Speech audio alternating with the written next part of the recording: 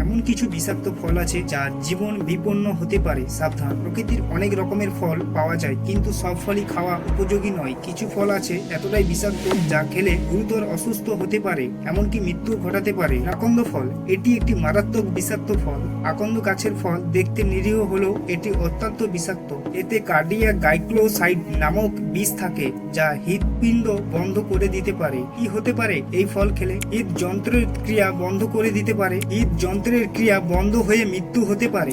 বমি ও ডায়রিয়া ও পেট ব্যথা হতে পারে। শরীর দুর্বল হয়ে পড়তে পারে। আকন্দ ফল এছাড়াও আরো কিছু বিষাক্ত ফল রয়েছে।